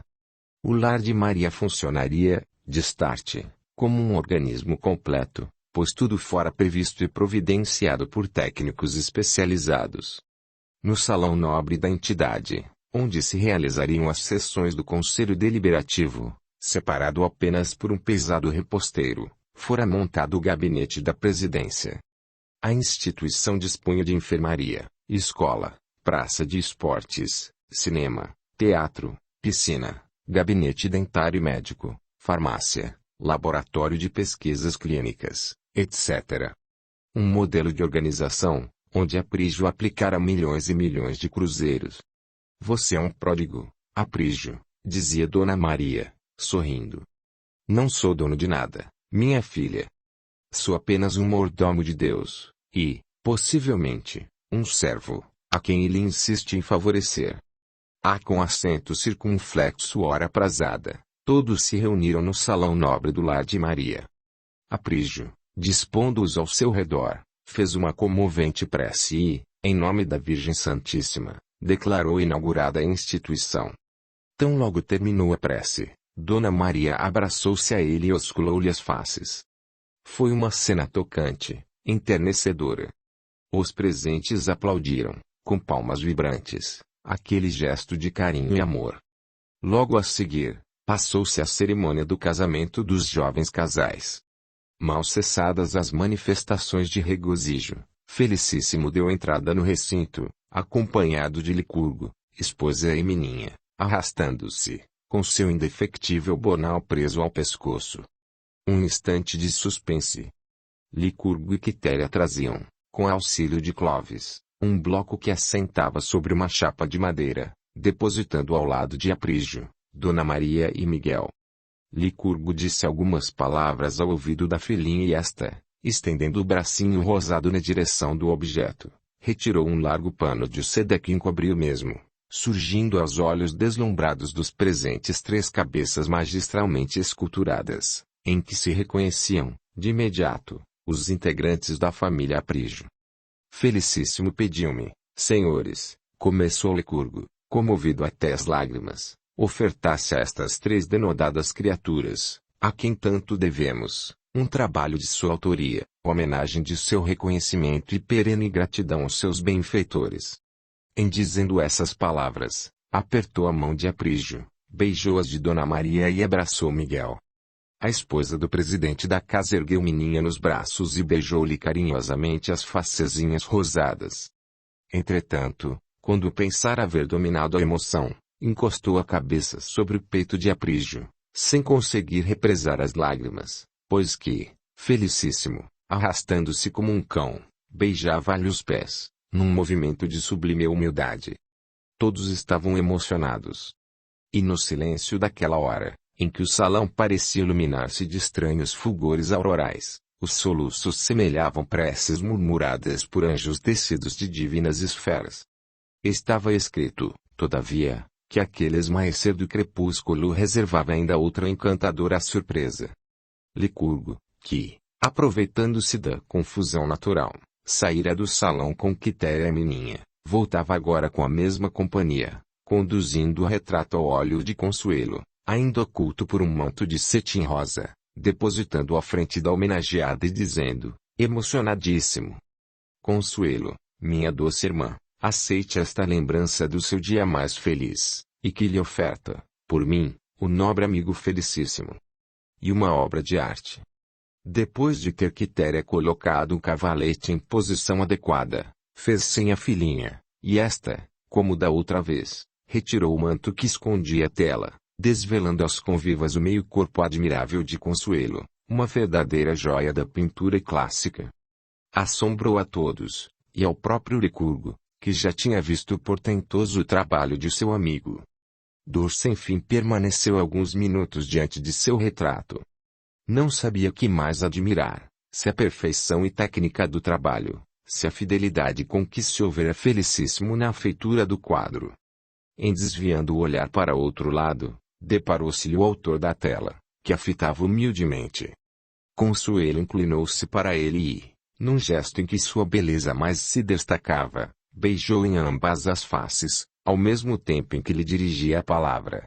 Obrigada, meu amigo, por seu presente. Creia que jamais esquecerei o gesto delicado e a nobreza de seus sentimentos, premiando-me a amizade com essa tela de valor incalculável. Obrigada. Sou uma criatura feliz, confessou, a custo, felicíssimo, tomado da mais visível emoção. Consuelo estendeu-lhe ambas as mãos, que lhe beijou com verdadeira unção, molhando-as com suas lágrimas. Dirigia-se a homenageada para o canto do salão onde se achava Sérgio, quando lhe surgiu à frente, como por acaso, o velho Spoleto, que, sorridente, cumprimentou-a. Seja feliz, Consuelo. Se a sua aventura depender dos votos que lhe dirijo neste instante, creia que será a mais feliz esposa do mundo. Obrigada, Sr. Spoleto, muito obrigada. Fazendo menção de prosseguir, o interlocutor a interceptou, prevalecendo-se, para sua manobra, da numerosa assistência que tomara literalmente o recinto, e sussurrou-lhe ao ouvido. Os fados não querem que você me deixe assim tão desatentamente, minha adorada Consuelo. Esta alarmou-se por uma fração de segundo, mas, presto, reequilibrou-se, e respondeu, serenamente, fisionomia tranquila, onde pairava um ar de confiança inalterada. Se não fossem outros compromissos da hora presente, seria uma satisfação demorar-me mais alguns minutos em sua companhia. Infelizmente, interrompeu-a, Consuelo está sempre tomada de compromissos, tanto de dia quanto de noite. O serviço de ajuda aos que Deus nos coloca pelo caminho, tanto o exercemos em plena luz do dia, quanto na escuridão da noite. Não é lícito ao servidor escolher horas e situações, não é verdade? Sim. Mas gostaria que me convidasse também, para aquelas surtidas de automóvel, tarde da noite. Olhe que Miguel é um homem perigoso para uma beleza como você, Consuelo. Na confusão da hora, salão tomado por centenas de pessoas que iam e vinham sem escolher caminho, Spoleto, segurando-a pela cintura, disfarçadamente, e puxando-a para si. Obrigada, Sr. Spoleto, disse, desvencilhando-se energicamente e abrindo caminho entre os convidados. Complete sua coleção de amantes, levando, também, para suas passeatas noturnas, o quadrúpede que lhe borrou o retrato, a troco de seus beijos e de suas carícias. Com acento circunflexo e cessão de dor sem fim, ninguém mais ouviu o insulto sórdido que Spoleto jogou contra a dignidade da esposa de Sérgio. Se lhe houvessem atravessado o coração com lâmina aceradíssima, certo Consuelo não sentiria tanta dor quanto a que lhe causaram as palavras do seu próprio chefe de repartição. Não ficou aí a loucura de Spoleto. A partir do dia imediato, Sérgio e Silênio passaram a receber cartas anônimas, em que Consuelo e Lisiane eram acusadas de frequentar uma casa suspeita, quase todas as noites, em companhia, respectivamente, de Miguel e Aprígio, cada qual em seu automóvel. Quando Sérgio recebeu a 10ª, não se conteve mais e procurou Silênio, para desabafar. Ao ficarem a sós, à tarde do dia em que lhe entregaram a missiva, num departamento do lar de Maria, disse o primeiro ao segundo, pois desconfiava, dado um certo ar de preocupação que Silênio vinha apresentando de um certo tempo àquela parte, contristado. Silênio, meu amigo, sei que está sofrendo. O esposo de Lisiane fitou o amigo e calmamente retrucou. Estou. Também eu. Quantas cartas já recebeu? 10. O mesmo número que o carteiro já me entregou. Silenciaram. Foi Sérgio quem falou primeiro. Deu alguns passos no sentido de descobrir o caluniador. Ainda não pensei nisso. Sinto-me sem coragem de fazê-lo, pois julgo que, se levar a efeito a pesquisa, estou implicitamente desconfiando da honradez de minha querida Lise, e dando crédito à infâmia. Lise é a personificação da virtude. Igualmente Consuelo. Todavia, ponderou Silênio, essa difamação não deve nem pode permanecer assim. O caluniador goza com a nossa dor, a dor de sabermos que as nossas esposas são a pureza e a inocência, e de que alguém, a despeito disso, as ataca sem dor nem compaixão. Que alvitra você, amigo. E ele sabe, prosseguiu Silênio, ignorando, de momento, a pergunta de Sérgio, que a minha união com a Lise, tanto quanto a sua com Consuelo, é apenas uma ligação de almas, com o objetivo sagrado de vivermos sob o mesmo teto, a serviço do Divino Mestre. O mundo ainda não amadureceu para essas uniões puramente espirituais, sem o mais longínquo contato sexual, continuou Sileno, olhando tristemente para fora. Poderíamos trabalhar nesta casa, ombro a ombro, sairmos juntos, tanto de dia quanto à noite, no atendimento aos nossos deveres profissionais, sem pensarmos em dar um selo de legalidade, sob o ponto de vista social, a essa convivência espiritual, mas há uma oculta maldade humana que urge levar em linha de conta, a bem de nossa própria tranquilidade. Então, casemos, contraiamos núpcias, embora nossa vida em comum não tenha, em absoluto, qualquer imposição, por mais distante e afastada que seja, relacionada com o sexo. Destarte, precisamos tapar a boca do mundo. Mal sabe, entretanto, esse mesmo mundo, prosseguiu, que um dia os casamentos, como os nossos, serão apenas de alma. Os corpos serão uma contingência tão somente do meio cósmico, uma exigência dos serviços afetos a cada qual. Aliás, homem e mulher, na significação dessa hora, pertencerão ao patrimônio dos museus espirituais, na eterna lembrança das conquistas que se perderam na noite dos tempos. Fez uma pausa, que Sérgio acompanhou em silêncio, e rematou. Nesta altura de nosso progresso espiritual, não convém a uma jovem e a um rapaz se conduzam juntos senão mediante compromissos de ordem matrimonial respeitáveis.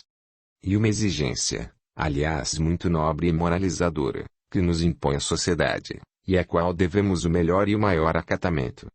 A cada tempo, a sua lei e o seu costume. Dai a legalização, para que o mundo não fale de nós, ainda que estejamos a serviço do céu, com Jesus, de nossa andada em comum, a cavaleiro do jugo do sexo, do qual, graças a Deus, julgamos já nos haver libertado. O autor das cartas encarna o estado atual da humanidade, disse Sérgio. Falou você muito bem quando afirmou e pediu que o não condenemos por isso. Ele desfruta de um estado evolutivo por onde muitos já passaram ou transitaram, e lhe tomaram a dianteira. Oremos por ele. Um dia, ele nos compreenderá. A sociedade também. Demos tempo ao tempo e a nós mesmos. Até lá, já teremos dado mais alguns passos à frente. Audiolivro realizado pelo canal Surya Chand Audiobook. Ambos silenciaram. E se um missivista mudar de tática? E se escrever para nossas esposas? Aventurou Sileno. Sérgio não respondeu logo. Desviou-se da janela e fitou a mesa do companheiro. Apanhou um lápis e começou a brincar com ele. Pensava. Sua testa enrugava-se, e, por fim, quebrou o silêncio. Não nos dê cuidado a conduta de nosso irmão. No momento Jesus nos inspirará e apontar-nos ao caminho certo. A que casa a suspeita se refere ao missivista? Inquiriu Sileno. Porque acompanhadas de Aprígio e de Miguel. Não importa o que façam. Eles e elas estão a serviço do Mestre. O tempo nos revelará a verdade. Quero crer que eles têm motivos ponderosos para agirem às ocultas. Não saiba a tua mão esquerda. Lá diz o Evangelho do Reino, meu bom Sileno. Gostaria de ver essa casa. Arriscou Sileno. Seria como espionar a esposa adorada. Tem razão. Perdoe-me. Essas cartas me fizeram muito mal. Nunca irei lá. Se estamos com Jesus, o mundo não vos vencerá. Os dois amigos, que permutavam confidências àquela hora, não suspeitavam que a mesma soma de cartas que o correio lhes trouxera já havia o carteiro deixado em mãos de Consuelo e de Lisiane. E que elas, à mesma hora, trocavam impressões em torno do escabroso assunto. Nossos esposos, Lise, comentava Consuelo, sempre serena e digna, sofrem igualmente o aguilhão dessa acusação que tanto nos fere. Então, Consuelo, acha você que eles também receberam cartas semelhantes? Inquiriu, meio alarmada, a formosa Lisiane. Minha filha, serenamente respondeu a companheira, seja quem for o autor desses libelos, não quis ferir somente nossos esposos, mas as esposas ao mesmo tempo. E óbvio. Senão, estaria em completa satisfação de magoar. Que fazer, Consuelo? Mostrar aos nossos amigos esses repositórios de injúrias. Ainda não aprendeu a viver neste mundo, Querida.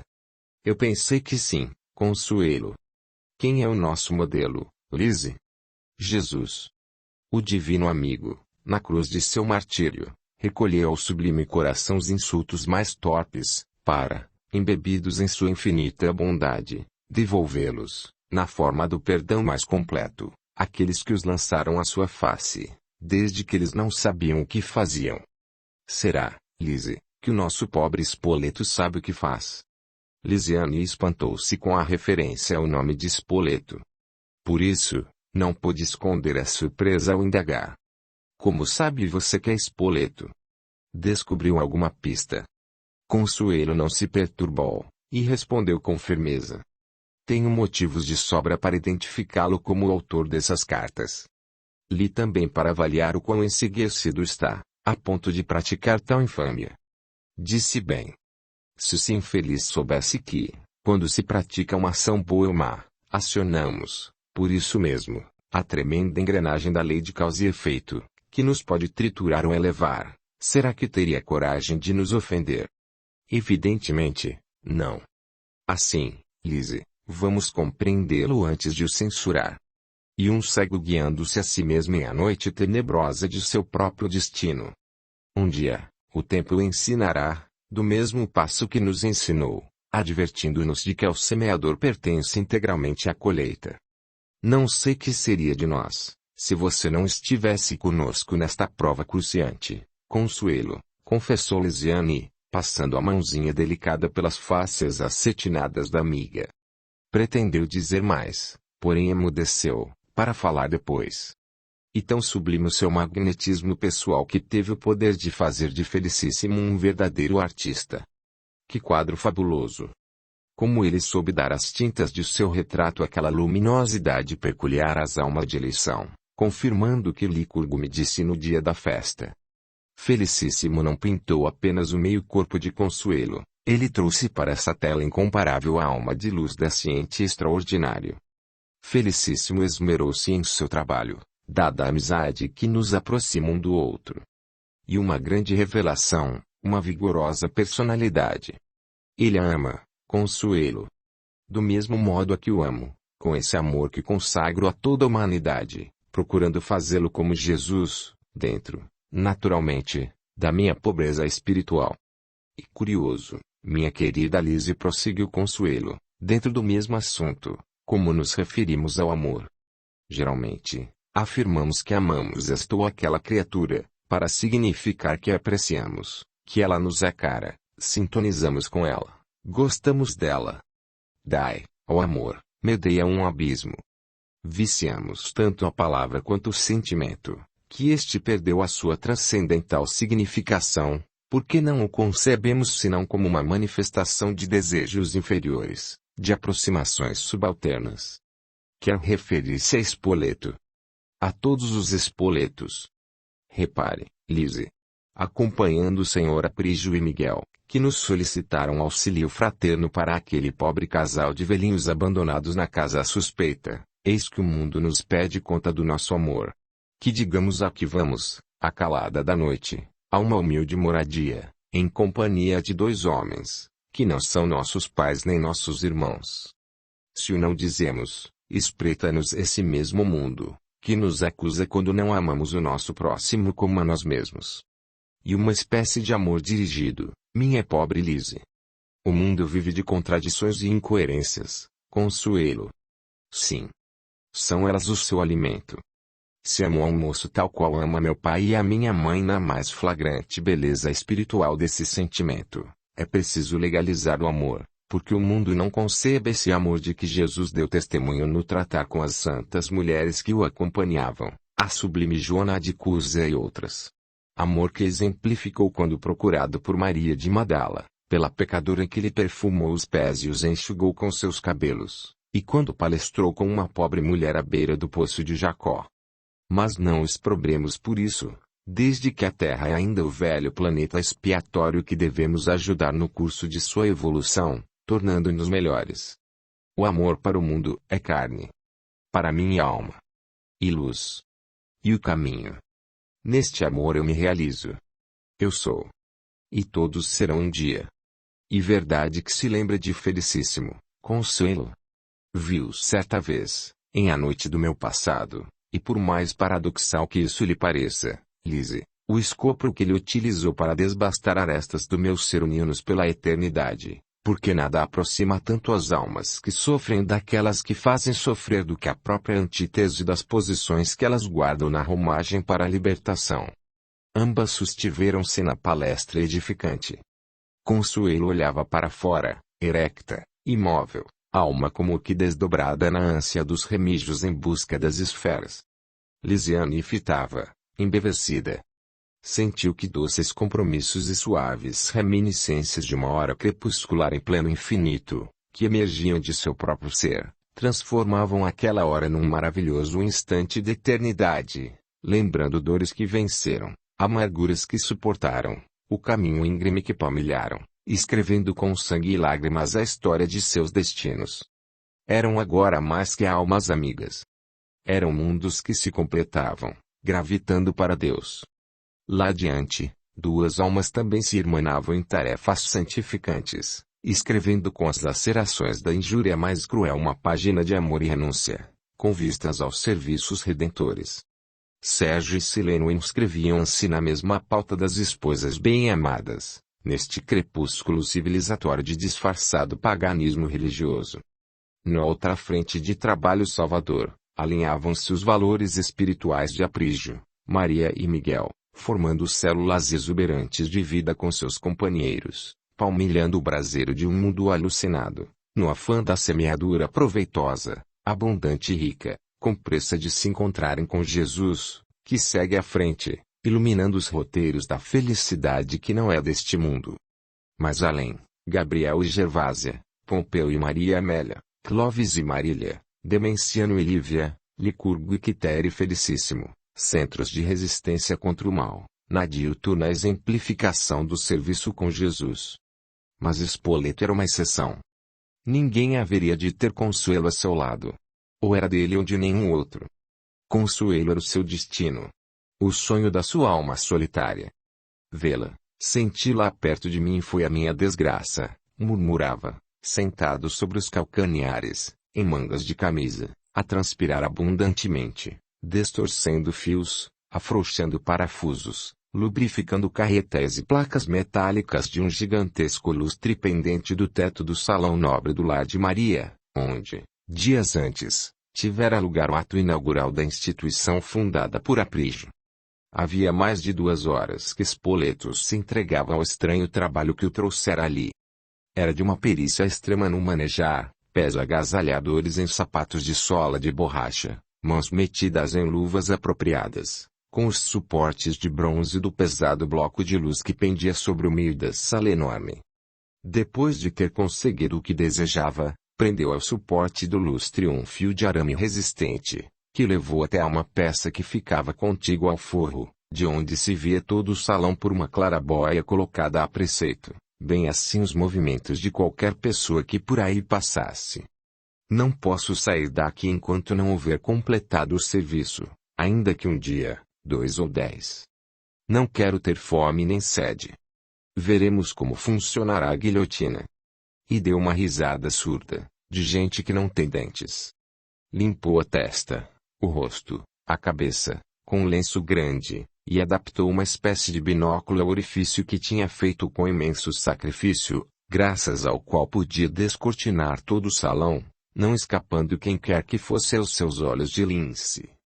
Retirou de um estojo de metal um cigarro fino e o acendeu, sem desprender o olhar da peça que sustentava o lustre. E entregue aos seus pensamentos, lá se deixou ficar, falando consigo mesmo. O cigarro é um bom companheiro, e ajuda-nos a raciocinar melhor. Entretanto, o velho Spoleto não sabia que, àquela hora, Felicíssimo conversava animadamente com Dona Margarida, a incansável e bondosa portuguesa proprietária da pensão onde, durante muitos anos, residiram Clóvis, Sileno, Marília, Lívia e Consuelo.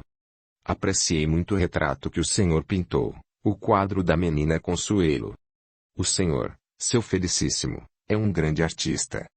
Muito obrigado, Dona Margarida, por suas generosas palavras. Fiz o que pude. Consuelo merecia coisa melhor. Gosta muito dela, seu felicíssimo. Quem a vê não pode deixar de amá-la, Dona Margarida. E o senhor a ama? Amo-a de todo o meu coração. Um amor impossível, não é mesmo, seu felicíssimo? Não, senhora, Dona Margarida, meu amor é possível exatamente porque não exige nada da pessoa amada. Amor platônico, como lá dizia o meu finado Paiva dos Crucifixos, a quem Deus haja, seu felicíssimo. Em sua santa paz. Amém. E Dona Margarida, passando a mão limpa sobre o tampo lustroso de uma mesinha a seu lado, como quem não quer dizer, mas tem que dizer, falou. Seu felicíssimo, esta noite sonhei bastante com o senhor. Estou a lembrar-me disso agorinha mesmo. Então, conte lá o sonho, Dona Margarida. Certamente não é tão mal assim. Não deixa de ser um pouquinho alarmante. Aí. Meu Deus, exclamou, sorrindo, felicíssimo. Não se assuste, porque não há sonhos certos. Enfim, seu felicíssimo, sonhei que o tinham matado, Virgem Santíssima. Mas foi sonho, seu felicíssimo. Não vá mofinar-se por uma bobagem dessas. Não creia nisso. Não, Dona Margarida, não se preocupe, pois todos temos o nosso dia. Há dia para nascer, e dia para morrer. Dia para semear e dia para colher. Lá ensinam os evangelhos, meu rico senhor felicíssimo. E verdade. São os evangelhos que afirmam. Em seu sonho, Dona Margarida, não viu de que maneira eu morria. Para falar-lhe a verdade, meu rico senhor felicíssimo, só posso dizer-lhe que o senhor morreu em lugar de uma outra pessoa que, de momento, não sei quem é. Sei que se sacrificava por ela. E só. E não me pergunte mais, seu felicíssimo. Muito obrigado, Dona Margarida, pelo sonho. Já é alguma coisa em que se deve pensar. Então vá pensar na morte. Porque a vida é certa, Dona Margarida. O senhor está invertendo a frase. Mas no fim dá certo. Palestrou mais um pouco com a dona da pensão, despediu-se, alegre, e começou a arrastar-se, rumo à instituição, ao lar de Maria.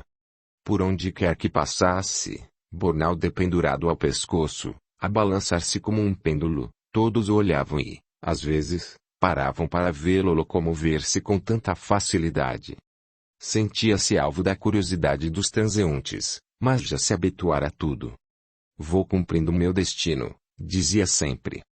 De vez em quando parava, constrangido pelo movimento, mas era um sacrifício, pois necessitava de apoio, uma parede, um poste, um móvel onde encostar-se, dado que, na posição como caminhava, os braços e as pernas se lhe entorpeciam e, de onde em onde, desmaiava de dor ou de cansaço.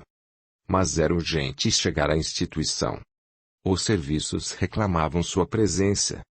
Acelerou um pouco a andada, e apressava-se sempre que o trânsito lhe permitia. Verdadeiramente exausto, chegou ao serviço. Dirigiu-se para o cômodo que ocupava, e aí se deixou ficar algum tempo, cansado, membros doridos, cabeça pesada, com sede e fome. Onde andava essa alma? Perguntou Licurgo, assomando à porta, e que por ali passara para ver o amigo. Encontrando-o, porém, prostrado e arquejante, alarmou-se. Que foi isso, meu amigo? Sente-se mal? Quer alguma coisa? Ora, não é nada, meu amigo. Inventei de visitar Dona Margarida, e voltei neste estado. A caminhada é longa. Ela mora distante. E fiquei assim. Licurgus sentou-se em um banquinho baixo, que o amigo tinha para trabalhar quando sentado ao solo, e fitou-o, algo curioso, mas nada disse. Com que então visitou Dona Margarida? Deixou-a bem? Sim, está muito bem. Mas não achou outro meio de locomoção para voltar. Olhe que você não deve fazer trajetos assim, a pé, felicíssimo, censurou Licurgo. Cansei apenas. Nada mais. Daqui a instantes estou recuperado. Sabe o que me disse Dona Margarida? Não? Contou-me que sonhou comigo, e que eu havia morrido. Riu-se, adiantando depois. Que eu morri em lugar de outra pessoa. Sonhos. Comentou Licurgo, indiferente. Às vezes se realizam, Licurgo. Eu tenho caos meus pressentimentos. Em todo caso, Deus é quem manda. Não perdemos um só fio de cabelo de nossa cabeça sem sua augusta vontade.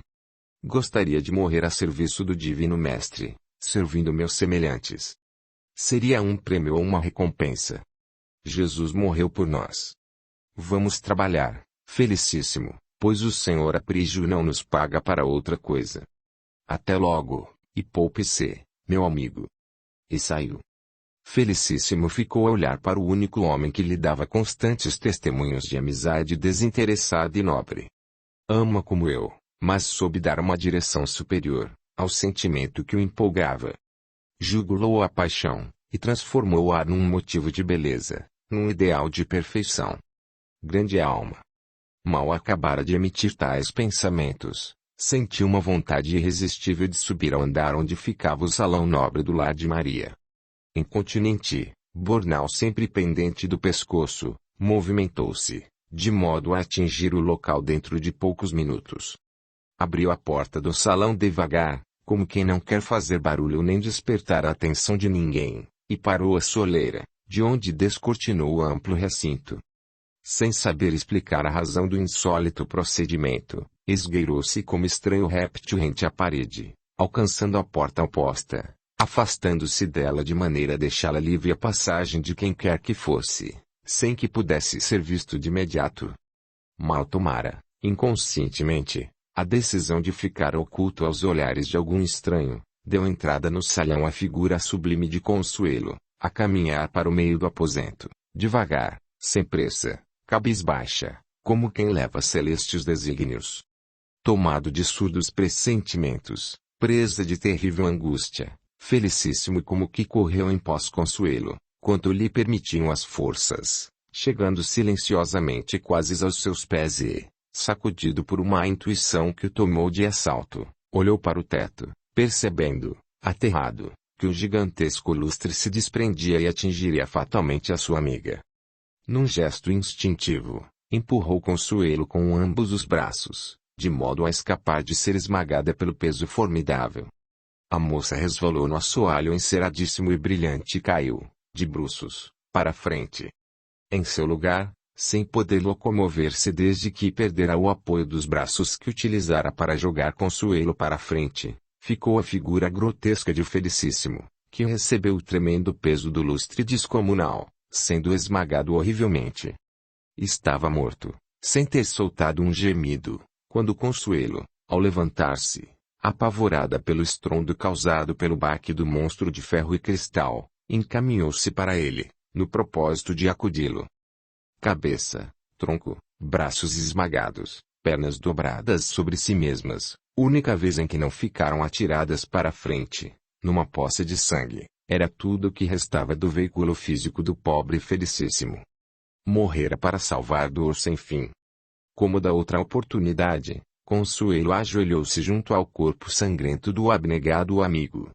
E antes que pudesse levantar-se para levar o fato ao conhecimento de Aprígio, encheu-se o salão de funcionários, diretores, amigos, serviçais da casa, atraídos pelo ruído estrondeante do lustre que caíra. Lisiane fora a segunda pessoa a chegar à cena do desastre. Ajoelhou-se, como Consuelo, aos pés do grande amigo, orando a soluçar baixinho.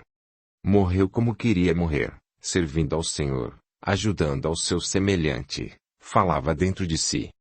A tua morte, meu amigo, foi a distinção que tanto pediste a Deus. A tua recompensa.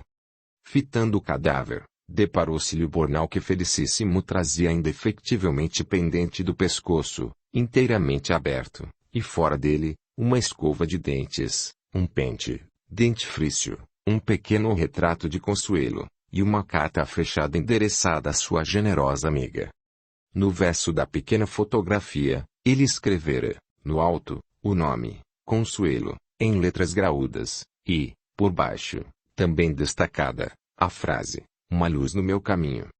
Lisiane juntou o retrato à carta e fez entrega dos mesmos à esposa de Sérgio.